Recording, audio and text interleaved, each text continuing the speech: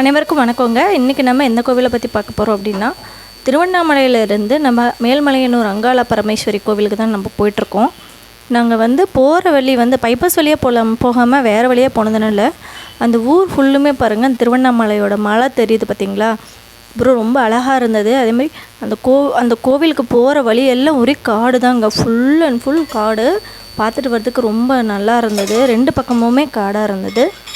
எங்களோட குலதெய்வம் அங்காள பரமேஸ்வரி பெரியாண்டிச்சி அம்மன் தாங்க.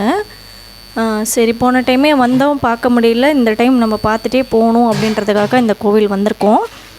ஏன் அப்படின்னா, நாங்கள் எங்கள் பதியில் கோவில் இப்போ தான் கட்டிகிட்ருக்காங்க. கும்பாபிஷேகம் வந்திருக்கோம், பார்த்துருப்பீங்க.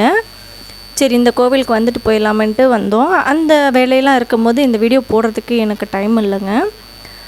இப்போ பார்த்திங்கன்னா, நம்ம அங்காள பரமேஸ்வரி கோவிலுக்கு என்ட்ரன்ஸில் வந்துட்டோம். கூட்டமே இல்லை. நைட்டு ஒரு 6:30 போல் கூட்டமே இல்லைங்க.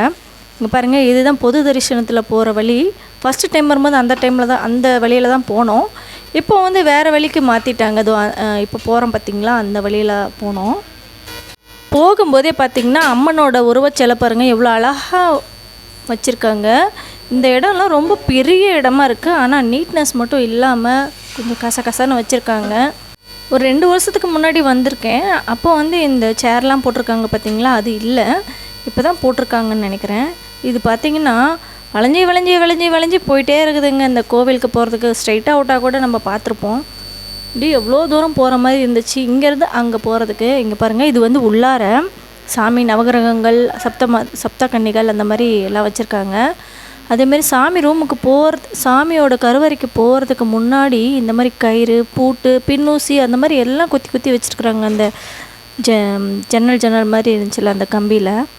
பார்த்து முடிச்சுட்டு நம்ம வெளியே வந்துட்டோங்க. வந்துட்டு நம்ம அங்காள பரமேஸ்வரி பெரியாண்டிச்சி படுத்திருக்கோம் பார்த்திங்களா, அந்த இடத்துக்கு போகலான்னு சொல்லிட்டு இந்த பக்கம் வந்திருக்கோம்.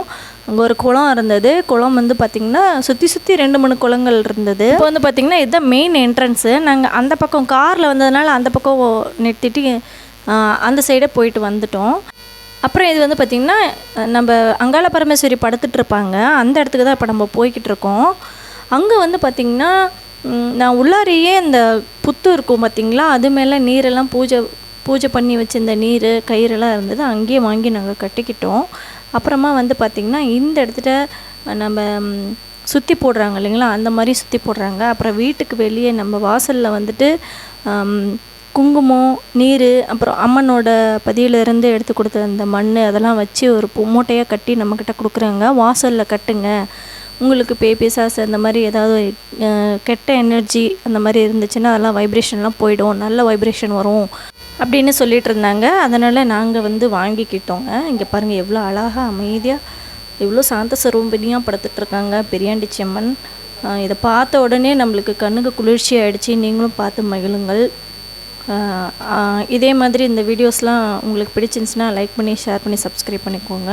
அதேமாதிரி ஏதாவது கமெண்ட் பண்ணுறதா இருந்தால் கமெண்ட் பண்ணுங்கள். என்கிட்ட ஏதாவது கேட்கணுன்றதுனாலும் அதை இந்த வீடியோ மூலிமா கேளுங்க. ஏதாவது வேறு கோயில் போடணும் அப்படின்னாலும் அதை சொல்லுங்கள்.